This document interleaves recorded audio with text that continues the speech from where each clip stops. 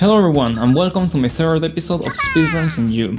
Today I'm going to talk about some general things that are gonna help you in your speedruns. Usually I prefer focusing on one or two topics when making a video, but these tips aren't that long to explain, so I prefer watching them in one single video and focusing on using the extended topics for the long episodes. With that being said, enjoy the video and let's start with the first tip.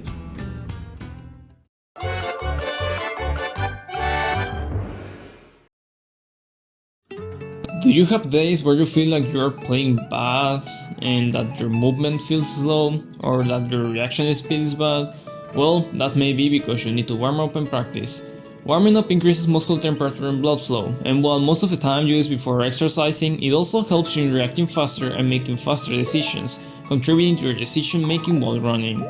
Regarding practice, practicing helps you in making sure that everything is fine, that you're able to dash attacks at the correct time, checks your reflexes, and also leaves you in a better mindset while playing. Don't expect your best runs to come out in the first ones. Usually it takes some time to get a good run, and the further you want to optimize your run, the harder it will be to reach that goal. So practicing is going to help you gain some muscle memory and execute all the important tasks of your script efficiently to reach that perfect run.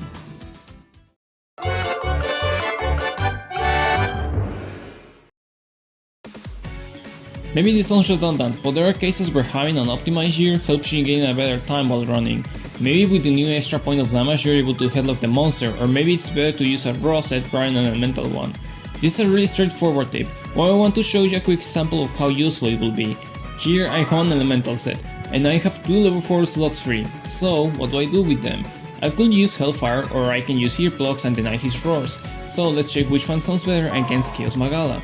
Chaos Magala tends to roar a lot, even on speedruns he screams a lot, so every time he screams I get a 4 seconds opening where I don't have to counter or roll. Compared to that, Hellfire only gives me a single topple that lasts 9 seconds. So in the end, on paper, I actually get more from using earplugs over Hellfire since Chaos Magala roars at least 3 times per hunt, translating to a 12 seconds opening.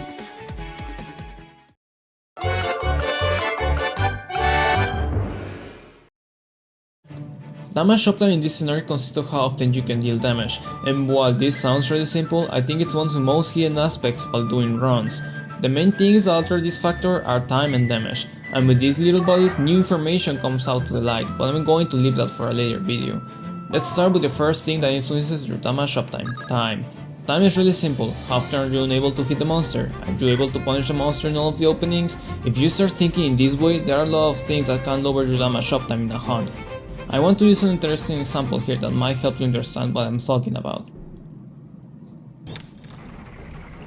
This is Nakarkos, and he has an amazing 70 hits on his back, so every time you do a certain amount of damage, you can go up to his back and attack that weak spot. But in speedruns, people prefer to attack the tentacles. Well, that is because of 2 reasons. The tentacles tip have a 63 hits on value, and also because of how much time it takes to get into the back and drop down. Imagine that there's a bar that keeps track of how much damage you are doing every second, and what you want to do is to keep that bar up as much as possible. There are cases where consistency is better than potential, and it's important to recognize these scenarios.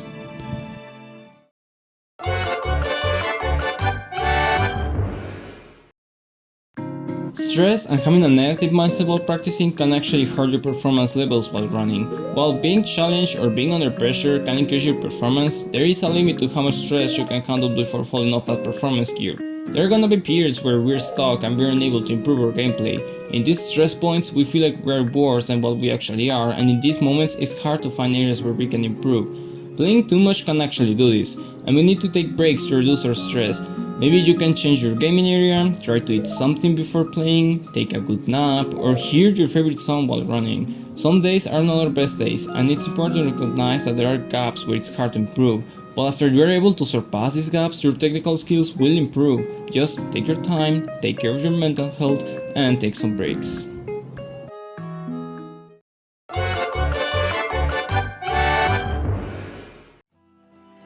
In the heat of the battle you usually focus on other stuff, but when you analyze your own gameplay you can be calm and focus your mind on other things, helping you explain small mistakes you usually don't see. And while this sounds great and all, this tip has its limits. Our minds instantly focus on the most crucial aspects of our hunts, which enemy filters are not picked up and fly past the radar, even when watching our own gameplay. so maybe asking a friend or another player to help you spot other mistakes is a good idea.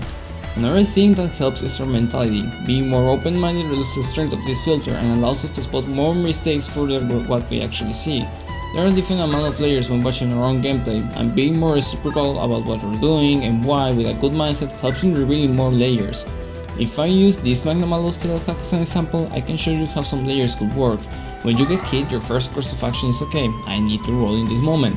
When your mentality improves, it focuses more on why you got hit, like I reacted in time, but I couldn't dodge because I was doing an attack. And the third one sees further the mistake and tries to find a different approach altogether with the options available, creating this little nice graph to help you understand a little bit more about this.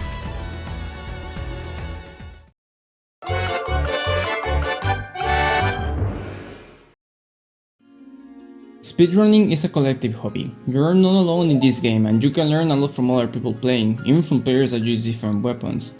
Compared to watching your own gameplay, watching other people play at a higher level helps you noticing what you're doing wrong or what other things you need to implement, like their decision making, their positioning, and try to mimic it yourself. But just watching it is not going to help you improve though, you have to interact with it. Try to think, why is he placing himself in that place? How are they calculating the staggers? Why did he do that action? One simple thing that you can do is watch someone else's run, pause and think, what will I do in this situation?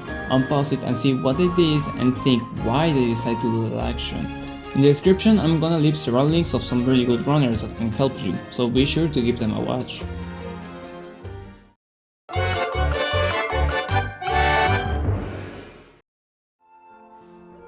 Did this video help you?